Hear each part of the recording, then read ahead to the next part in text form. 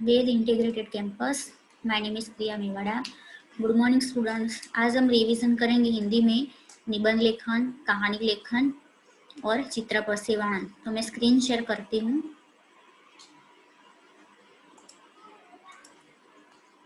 पहला निबंध है मेरा परिवार। हमारा परिवार बहुत छोटा है। हम घर में 5 प्राणी रहते हैं। मेरी माँ, मेरे पिताजी, मेरा बड़ा भाई और मेरी दादी। मेरा भाई मुझसे 2 साल बड़ा है। हम दोनों एक ही विद्यालय में पढ़ते हैं।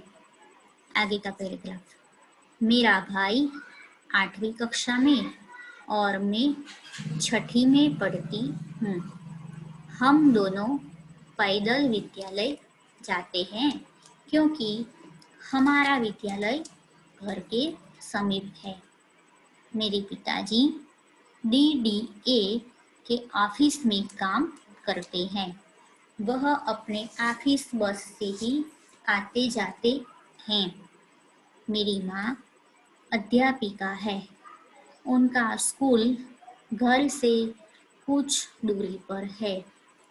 वह रिक्शे पर विद्यालय जाती है। घर में दादी अकेली रहती हैं। अभी वे अपना कार्य स्वयं करने में सक्षम है। शाम को हम सब इकट्ठे घूमने के लिए बाग में जाते हैं। वहाँ पर माँ पिताजी भी हमारे साथ बैडमिंटन खेलते हैं। वह दोनों हमें हास्यप्रद चुटकुले और नई नई कविताएं भी सुनाते हैं। मेरे घर का वातावरण बहुत ही शांत है। कोई भी आपस में नहीं झगड़ता। समस्याओं का समाधान सब मिलजुल कर लेते हैं। घर के महत्वपूर्ण निर्णयों में दादी की सलाह अवश्य ली जाती है। उनकी बात को घर का प्रत्येक सदस्य मानता है। वृद्ध होने के कारण उनकी सेवा भी की जाती है। विद्यालय की छुट्टियां होने पर पिताजी हमें बाहर घुमाने भी ले जाते हैं। घर का प्रत्येक सदस्य एक दूसरे से प्रेम से बोलता है। माँ पिताजी हमें बहुत प्यार करते हैं और हम उन्हें त्योहारों के अवसर पर हमारे पिताजी हमें नए नए कपड़े बनवा देते हैं।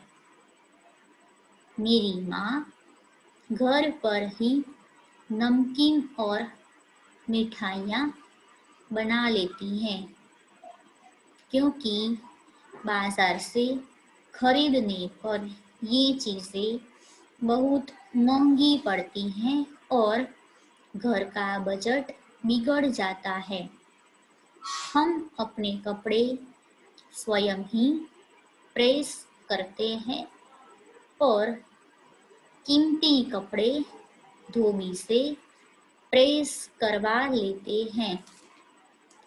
परिवार में रिश्तेदारों का आना जाना भी लगा रहता है।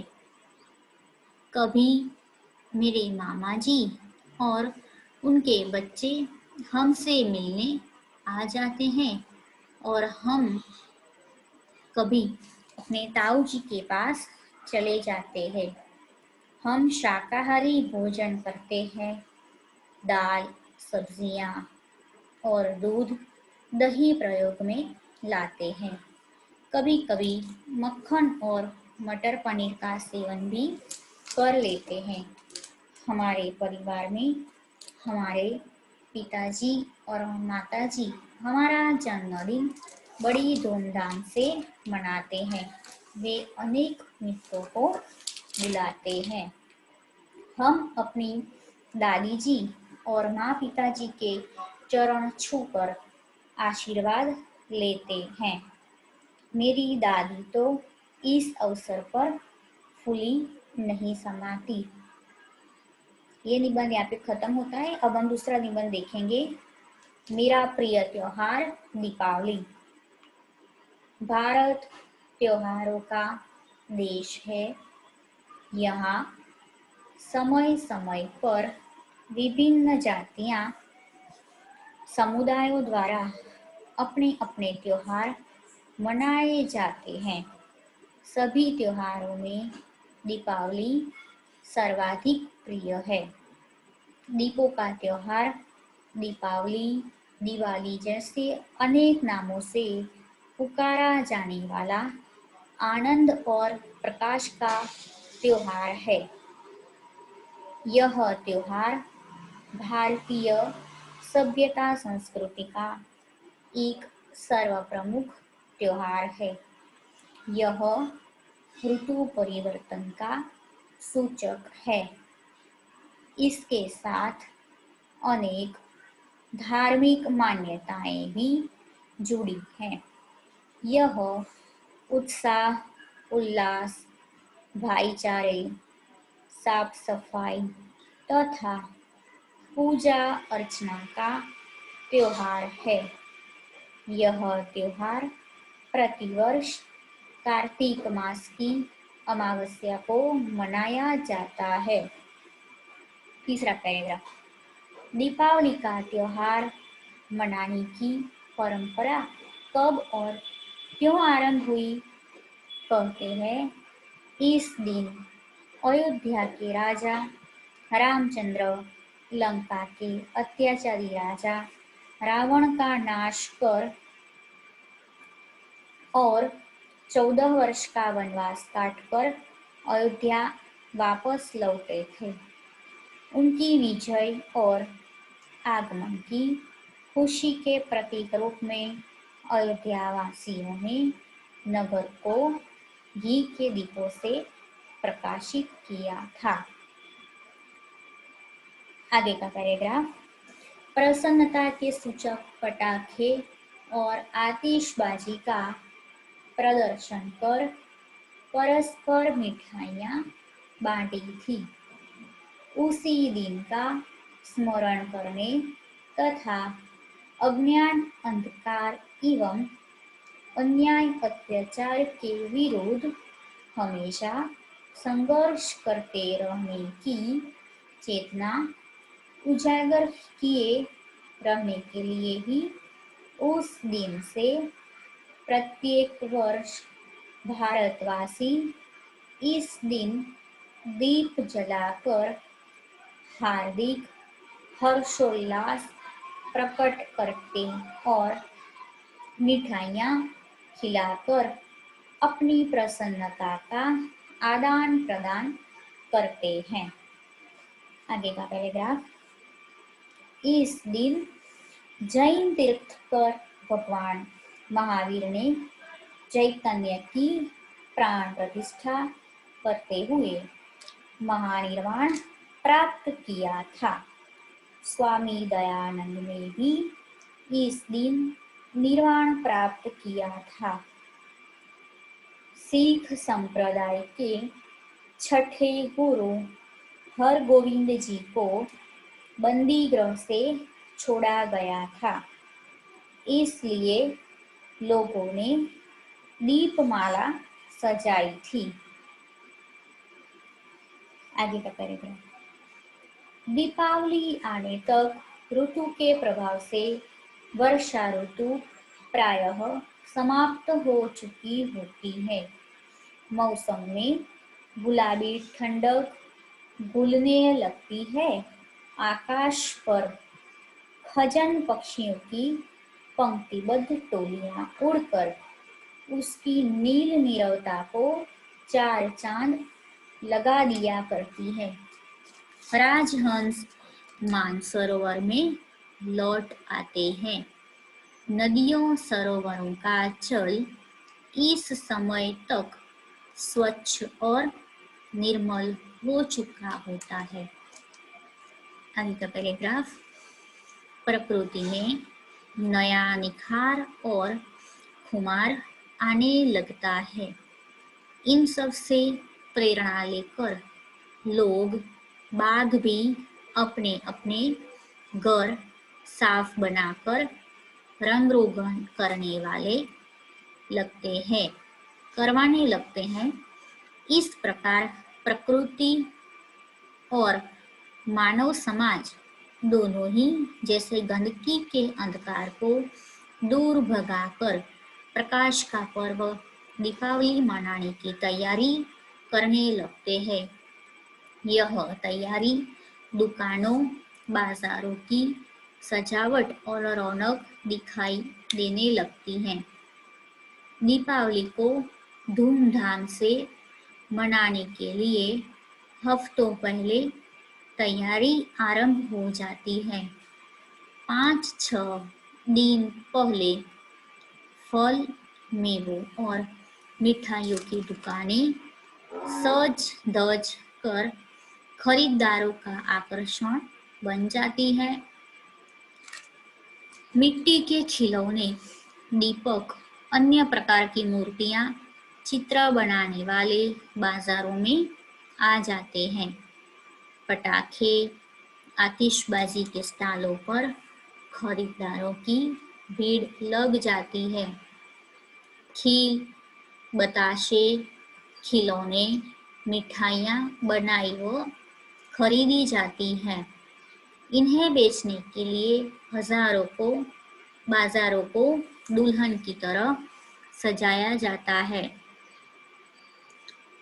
दीपावली की रात दीपकों और बिजली के छोटे बड़े बच्चों से घरों, दुकानों का वातावरण पूरी तरह से जगमगा उठता है। आगे का पैराग्राफ, दीपावली के लिए नए नए कपड़े सिलाए जाते हैं, मिठाई पकवान बनते हैं। घर घर में लक्ष्मी का पूजन, शुभकामनाओं का आदान प्रदान और मुंह मीठा किया और कराया जाता है। व्यापारी लक्ष्मी पूजन के साथ नए नए बही खाते आरंभ करते हैं। इस प्रकार दीपावली प्रसन्नता और प्रकाश का त्योहार है। जुआ खेलना, शराब पीना जैसी कुछ कुरीतियां भी स्वार्थी लोगों ने इस पवित्र त्योहार के साथ जोड़ रखी है। उनमें होने वाले दिवाली से सजग सावधान ही त्योहार को आनंदपूर्ण बना सकते हैं। आगे का पैराग्राफ, दीपावली प्रकाश का त्योहार है। इस दिन हमें अपने दिलों से भी अंधविश्वासों तथा संकीर्णताओं के अंधेरे को दूर करने का संकल्प लेना चाहिए। हमें दीपक जलाते समय कवि की इन पंक्तियों पर ध्यान देना चाहिए। जलाओ दिए पर रहे ध्यान, इतना अंधेरा धरा पर कहीं न रह जाए। मेरा प्रिय त्योहार दीपावली यहाँ पे निबंध खत्म होता है। अब हम देखेंगे कहानी लेखन। एक जंगल, पेड़ के नीचे सिंह का सोना, पास में चूहों की दौड़ धूप, सिंह का जाग जाना, गुस्सा करना, एक चूहे को पकड़ना, चूहे द्वारा दया की भीख मांगना, सिंह को मदद करने का वादा, सिंह का हंसना, चूहे का घबराना, शिकारी द्वारा जाल फैलाना, सिंह का जाल में फंसना, दहाड़ करना, उस चूहे का आना, जाल को उतरकर सिंह को मुक्त करना। सीख, इस कहानी का शीर्षक है सिंह और चूहा। अब हम कहानी देखते हैं। एक जंगल में एक सिंह रहता था। एक दिन वह एक पेड़ की शीतल छाया में सो रहा था। पेड़ के पास ही एक बिल में कुछ चूहे रहते थे। आगे का पैराग्राफ। सिंह को सोता हुआ देखकर चूहे बिल में से निकले और इधर-उधर दौड़-धूप करने लगे। कुछ तो सिंह के शरीर पर भी दौड़ने लगे। इससे सिंह की नींद टूट गई। उसे चूहों पर बहुत गुस्सा आया। तीसरा पैराग्राफ।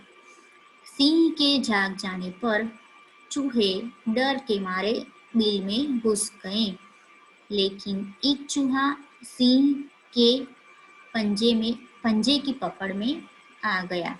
सिंह का गुस्सा देखकर वह चूहा डर से कांपने लगा। उसने सिंह से कहा, वनराज, क्षमा कीजिए, अब मैं कभी भी आपको परेशान नहीं करूँगा।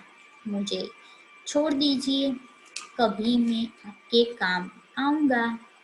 एक छोटे से चूहे की ऐसी बात सुनकर सिंह को हंसी आ गई। उसने चूहे को छोड़ दिया। चौथा पैराग्राफ। कुछ दिनों बाद एक शिकारी उस जंगल में शिकार करने आया। संयोग से वही सिंह उसके जाल में फंस गया। सिंह ने जाल से छूटने के लिए बहुत कोशिश की, पर वह सफल नहीं हुआ। हताशा और क्रोध के कारण वह जोर-जोर से दहाड़ने लगा। इस चूहे ने सिंह की दहाड़ सुनी। वह फौरन सिंह के पास पहुंच गया। उसने अपने पहले दांतों से जाल को कुतरकर सिंह को मुक्त कर दिया। सिंह ने उस चूहे का आभार माना। सीख। किसी भी व्यक्ति को कभी तुच्छ नहीं समझना चाहिए। वक्त आने पर छोटा प्राणी भी बड़ा काम कर सकता है। यहाँ कहानी खत्म हुई। अब हम देखेंगे चित्र पर से वर्ण। यहाँ पे आपको एक चित्र दिया गया है। चित्र में एक पेड़ है। पेड़ पे दो पक्षी बैठे हैं। कुछ पक्षी आकाश में उड़ रहे हैं। सूर्य का उदय हुआ है। कुछ स्त्रियां पानी भरने के लिए कुएं पे आ रही है और कुछ स्त्रियां पानी भर के कुएं से घर पर जा रही है। चरवाहा भेड़ बकरियां लेके चराने के लिए जा रहा है। एक किसान अपने बैलों को लेकर खेत की ओर जा रहा है। दूर एक घर दिखाई दे रहा है। घर के पीछे छोटी टेकरियां दिखाई दे रही है। आकाश में बादल दिखाई दे रहे हैं। तो अब हम चित्र का वर्णन करेंगे। यह दृश्य प्रातः काल सूर्योदय का है। आसमान का रंग सूर्य की लालिमा लिए हुए एक अनूठी छटा बिखेर रहा है। कुछ पक्षी उड़ रहे हैं और कुछ पेड़ की डाल पर बैठे हुए हैं। दो घर दिखाई दे रहे हैं जिनके आगे सुंदर फूलों के पौधे हैं। सामने कुआं है जिसके पास बड़ा सा पेड़ है। दो स्त्रियां सिर पर घड़े रखकर कुएं से पानी भरने जा रही हैं। चरवाहा भेड़ों को चराने के लिए ले जा रहा है। पूरा दृश्य मनमोहक छटा बिखेर रहा है। प्रातः काल का समय सबसे उत्तम समय माना जाता है। प्रातःकाल भ्रमण करने से मनुष्य का स्वास्थ्य अच्छा रहता है। यह जो चित्र वर्ण है उसमें जो भी आपको चित्र में जो भी चित्र दिया गया है चित्र वर्ण में, उसको देखकर उसके आधार पर चित्र का वर्णन करना है। चित्र में जो भी दिखाई देता है उसके बारे में हमें विशेषतः माहिती, सविस्तृत माहिती लिखनी होती है। Thank you.